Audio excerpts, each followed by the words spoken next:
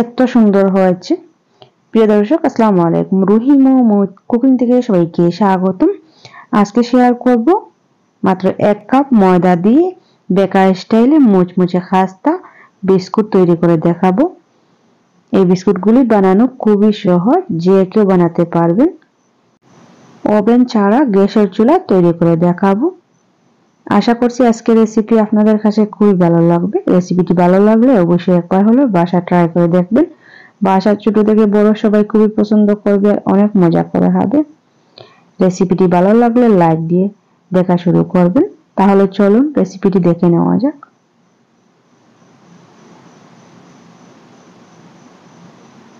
Biscuit তৈরি করার জন্য প্রথমে এখানে আমি একটা মিক্সিং বোল নিয়েছি। মিক্সিং বোলের মধ্যে নিয়ে নিচ্ছি হাফ কাপ ঘি, আপনারা চাইলে সাদা তেলও নিতে পারেন। এরপর দিয়ে দিচ্ছি হাফ কাপ চিনি। এবার ঘি ও চিনি ভালো করে মিশিয়ে নেব।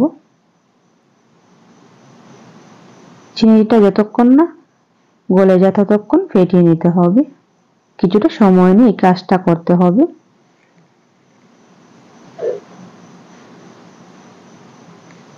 দেখুন চিনিটা মেল্ট হয়ে গিয়েছে। আপনাদের হাতের কাছে যদি সময় কম থাকে আপনারা চাইলে ব্লেন্ডারে ব্লেন্ড করে নিতে পারেন। এবারে দিয়ে দিচ্ছি 1 কাপ ময়দা। এরপর দিয়ে দিচ্ছি হাফ কাপ বেসন। বেসনটা হালকা করে ভেজে দেওয়ার চেষ্টা করবেন, এতে বিস্কুটের মধ্যে খুব সুন্দর একটা ফ্লেভার চলে আসবে। এরপর দিয়ে দিচ্ছি হাফ কাপ থেকে একটু কম সুজি,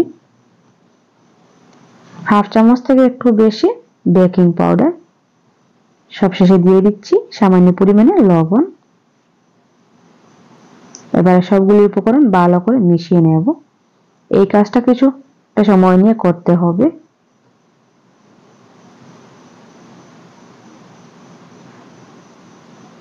দেখুন ভালো করে সবগুলো উপকরণ মিশিয়ে নিতে হবে।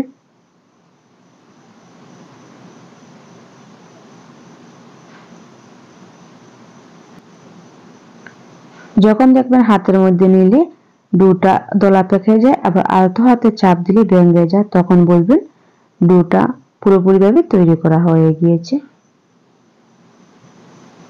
এবার বিস্কুটের শেপ তৈরি করার পালা।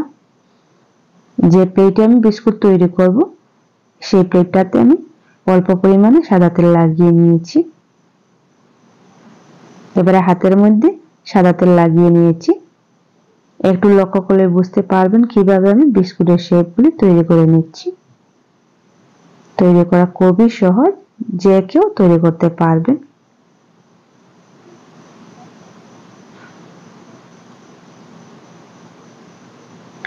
আপনারা যদি হাত দিয়ে চান তৈরি করতেন, ঠিক এইভাবে তৈরি করতে পারবেন। এখন আপনাদেরকে আমি কৌটোর ঢাকনা দিয়ে বিস্কুট তৈরি করে দেখিয়ে দেব। একটু লক্ষ্য করলে বুঝতে পারবেন। দেখুন আলতো হাতে চাপ দিলে আবার খুব সহজে বেরিয়ে আসবে। একইভাবে আমি সবগুলি বিস্কুট তৈরি করে নিয়েছি। এবার বিস্কুটগুলি বেক করার পালা।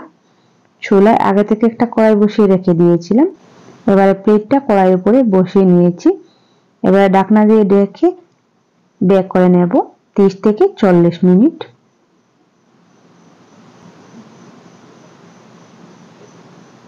রেসিপিটি ভালো লাগলে লাইক, কমেন্ট এন্ড শেয়ার করতে ভুলবেন না। আর আমার চ্যানেলে নতুন বন্ধু হয়ে থাকলে অবশ্যই চ্যানেলটা সাবস্ক্রাইব করবেন।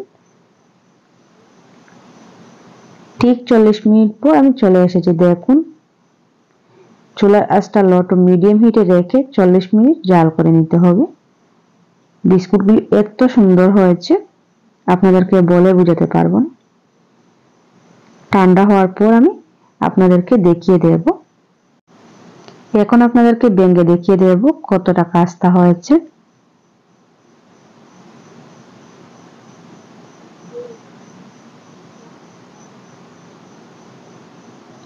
দেখুন কতটা খাস্তা হয়েছে, খেতে হয়েছে দারুণ। আপনাদেরকে বলে বোঝাতে পারবো না। আপনারা একবার হলেও বাসায় ট্রাই করে দেখবেন। পরিবারের ছোট থেকে বড় সবাই খুবই পছন্দ করবে আর অনেক মজা করে খাবে। আশা করছি আজকের রেসিপি আপনাদের খুবই ভালো লাগবে। আজকের মতন এখানেই বিদায়।